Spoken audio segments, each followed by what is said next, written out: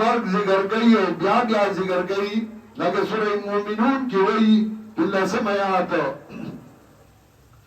ثم انکم بعد ذالک لمیتون بیا تاسو پس دن امرکی دن کی ایو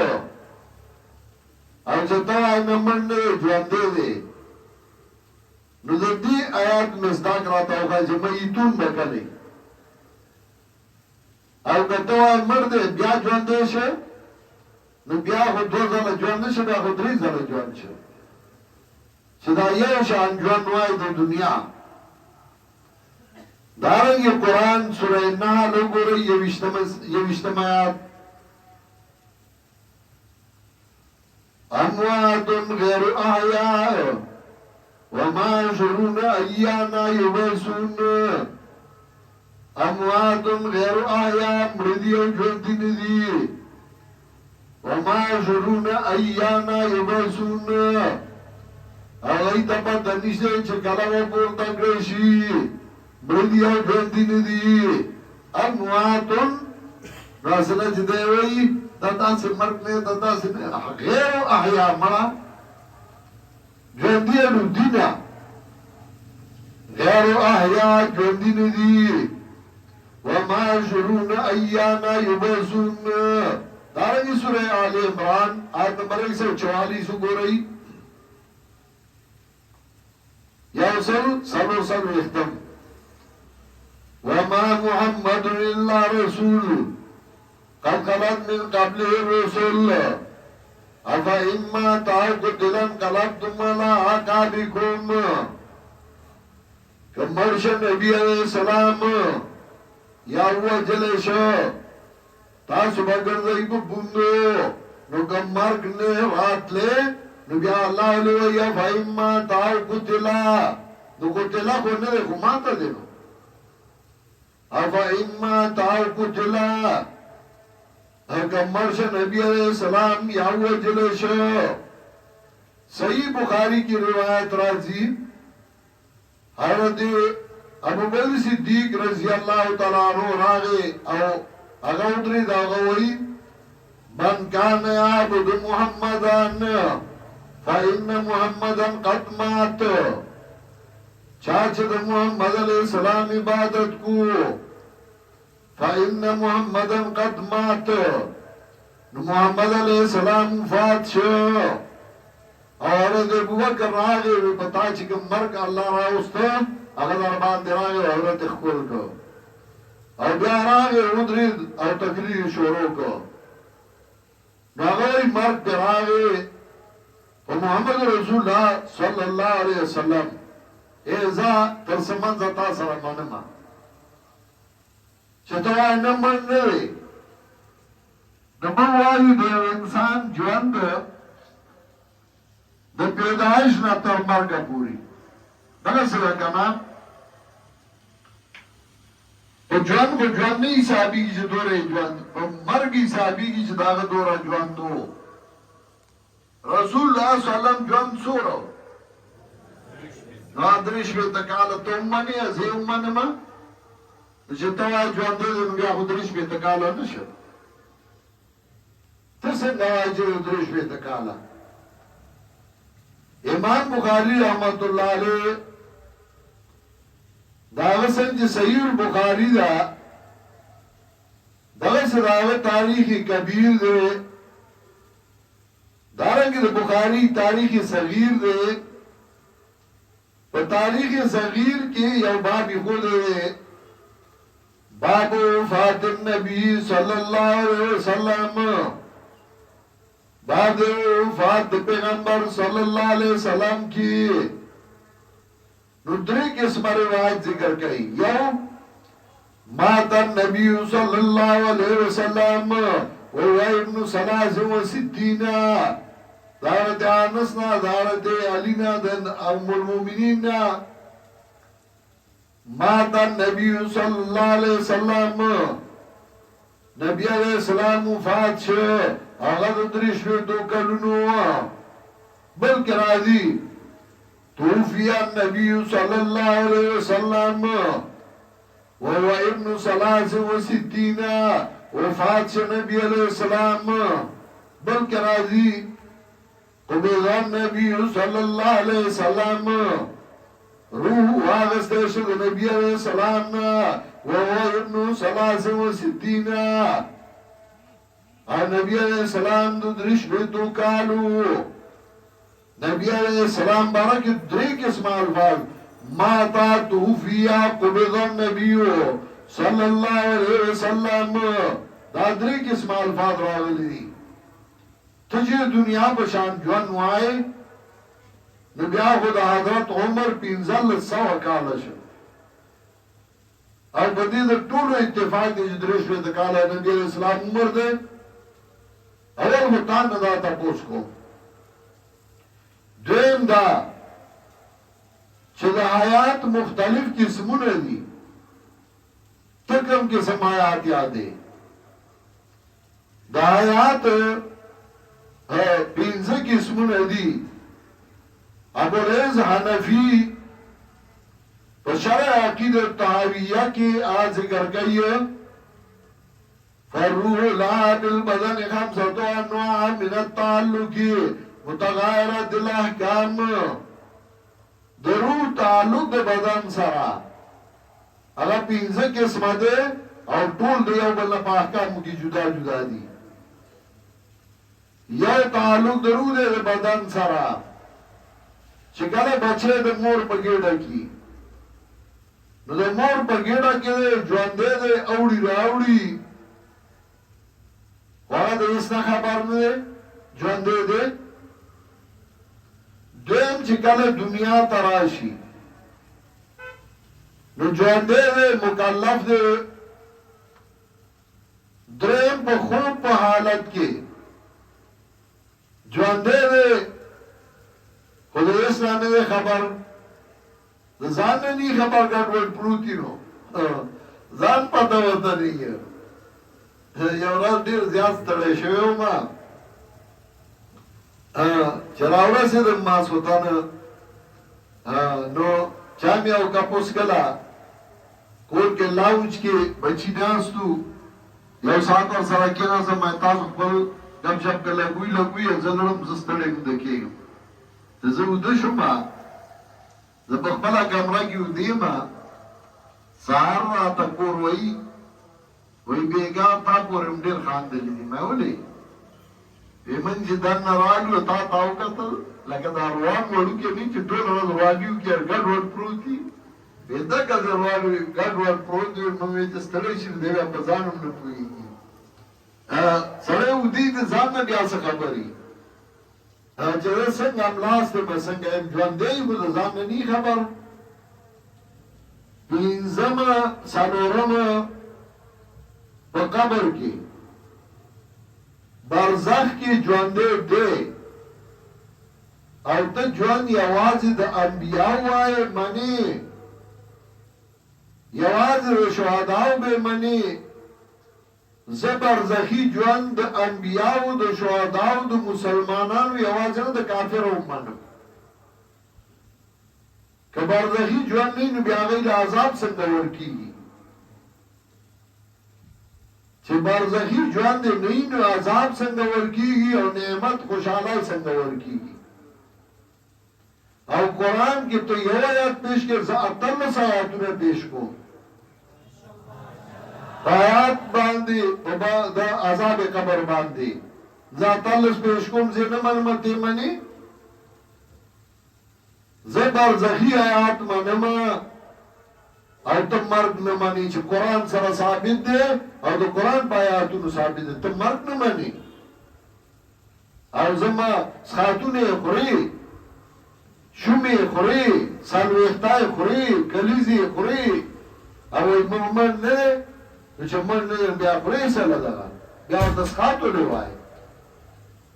بیا د سالوختي او کلیزا او خیرات ورپسې وکړي مال راکا او مال راکا بیا دا ولي وای خو موږ نه ژوندي مال خوري بیا تقسیمې ولي بیا دا میراث د چا تقسیمې میراثونو کې پیسې علي امره وطنوان د ژوندونو کې میراث کې پیسې علي زه مرګ منم او زه د برزخ حیات منم او پنځم ژوند د قیامت نه بعد دی چې هغه کامل ژوند دی او دا د هر یو احکام جدا جدا دي د ایران وشخړې جوړ کړو یو ساتي بولاو هغه یو کور کې خوند اغستی و د ډوډۍ بوی به پې لګېده ځکه دی د بوی ډېر مرني د ډوډۍ خیرات ذات یې به خطا کېږي نو چې هغوی به ډوډۍ کېښوده نو دی به په کوڅه دم نه شه یو ورځ ښځې او خاوند کیچړې پوخ کړې کیچړې دا ریزې چې نرمې پخېږي د منځ کې پکې داسې دا پیاله تاو کړي او غوړي پکې واچوي نو نوړه رالي غوړو کې پورې کوي او خوري نو ښځې او خاوند کیچړې پوخ کړې منځ کې غوړي یې چولي دي چې څنګه یې کېناستل نو سیب راښکاره شه په دروازه خاوند ښځې ته ویل نیکه خو بیا راغی ځکه دنه خو به یې پرده هم نه کوله نو ښځې ورته وي ما له چل راځي مو که ته څه نه وایې وې بس چل وکړه نو بیا به نه راځي خیر دی استاد راغی او جو پرله ته وو لوښي ته کېناست ښځې خاوند سره جنګ جوړ کړ استاد به دوی جنګ مه کوئ او ګورئ ښه ژوند تېروي وی استاد ده سره ژوند ګران دی دې خاوند سره خو ده ته وایم چې ستا دغه لار ده او زما دا لار ده یو ګوتې هغه خاوند پله واخکله په دې کیچړي کې یو ځان پله غوړي نیم خاوند ته روان شو نیم ښځې ته دی پوه شو چې چل خو ما ته د غوړي خو دی دواړو ته روان شو مټې ووالې وی خور جنګ مه کوئ دنیا ګډه وډه ده دنیا ګډه وډه که هر څه ولاړل دی ولړي لړې ما راشه لږ اول تقسیم کوو که بیا دې څه خبره بیا ما ته ووایه مسلک الاکابر ما چې کوم کتاب لیکلی اصل کې دا پخوای او فتوا شایع شوې د دغه کراچۍ نه د ګورومندر نه دا ګورومندر کې مدرسه ګورومندر والو د هغې نه یو فتوا شایع شوې وه نو ما د هغې جواب ولیکه دغه فتوې بیا ملګرو یې دا کتابي شکل کې چاپ کړم بیا مو کتابي کې چاپ کړه هغه ما ډېره په اعتدال او په انصاف لیکلې ده کېدای شي ما یې ناپوهه یو نو ما پکې دا تقسیم ټول خیلی دی او ضد ضدي نو چې په ضدي یا بیا چته مني نو د ژوند دا پنځه قسمه دي او هر یو د بل نه جدا دی دی رالل د برزخ ژوند دی هغه نه مني او د دنیا ژوند دی که نو بیا مالې ولې تقسیمې او د دې وجه نه علامہ کاسانی مشهور عالم المتوفى 578 1588 کې وفات دی مشهور عالم او فقيه د احنافو دا هغه ښځه هغه هم لوی عالم وه تحفه د هغه څخه هم ډېر بهترین عالم و او تحفة الفقهاء هغه د خپلې لور په نوم باندې کتاب لیکلی و نو هغه هم عالم وه علامہ کاسانی هغه ذکر کوي هغه وایي په خپل کتاب کې البدایع والصنایع کې اول جلد اخیری صفحه هغه ذکر کوي انما وصفه فی احکام الاخره الا ترى الى قوله تعالى بل احياء عند ربهم يرزقون فاما في حق احکام الدنيا فشهيد ميت يقسم ماله وتنكر امراته بعد انقضاء عدته وی احکام د دنیا کې شهید مړ دی ځکه مال تقسیمیږي ښځې د عدت نه بعد په نکاح اخیستی شي او د هغه باندې جنازه کیږي دا ټول د احکامو د میت نه دي جنازه خلک په ژوندي نه کوي امام ذهبي رحمت الله علیه سیر اعلام النبلاء کې نام جلد صفحه 161 کې ذکر کوي اگر والانبیاء احیاء عند ربهم کحیات شهداء عند ربهم ولیست حیاتهم انبیاء وی پمیز در رب باندې ژوندي دي لکه څنګه چې شهدا ژوندي دي خدا غي حیات د دنیا د حیات په شان دي نه دی اعلان سنن کې مولانا ظفر احمد عثماني رحمت الله علیه ذکر کوي فتلك حیات اخرى لا من جنس الحیات الدنیویہ اگر ځان له یو ژوند دی د دنیا د حیات په شان دي نه دی فهو ميت باعتبار هذه الحياة الدنيوية حتى بتلك الحياة البرزخية المغايرة لهذه الحياة دنیا دنیا په اعتبار باندې غمر دی زمن د احناف مشهور کتاب مبسوط د علامه سرخسی هغه ذکر کوي دویم جلد 150 کې هغه وایي والشهيد حي في احكام الاخره شهيد ژوند دی په احکام د آخرت کې قال الله تعالى بل احياء عند ربهم فاما في احكام الدنيا فهو ميت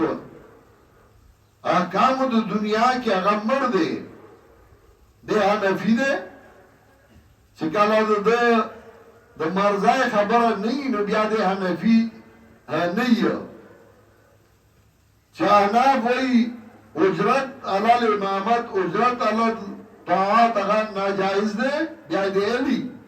بیا نفی ندے چاہناف وی دو دنیا پہ اعتبار مرد دے بیا دے نفی ندے بیا دے پہ شفاء و زکام دا سیوتیہ والا اور کئی ناکو شافیی المسلک دے تو دخبر مذہب پہ کتاب والا اور کا نو د خپل مذهب هغه دی دا وایي چې احکام د دنیا کې مړ دی او د حنفي او سنا حنفي د احناف په مسلک څخه پوهیږي فتاوا دارالعلوم دیوبند 5 جلد 397 کې ذکر کړي اور انبیاء کرام علیہ السلام کی حیات شہداء کی حیات سے اتم و اقوا ہے لیکن اس حیات سے مراد حیات دنیاوی نہیں دی حیات مراد حیات دنیاوی نہ دے دارنگی مشکلات القرآن کے نہم صفحہ کے حدیث آئے انوار شاہ کشمیری رحمت اللہ علیہ ذکر کے کیف تکفرون باندے اگر وہی بلکہ تحقیق آنست کہ معنی حیات تعلق روح بدن است ودر قبر اصلا تعلق روح بدن نیست بلکہ بقائی شعور و ادراک روح را بعد از مبارکت بدن تعبیر بیات کردان دا وہی آیات دیتا ہے کہ روح تعلق دا بدن سرئی بدن کے روح شتے تو قبر کے تعلق دا روح دا بدن سر نشتے سمجھن دنیا دا جواندو آگا سے نشتے صرف ادراک کو لشی دا عذاب او دا نعمت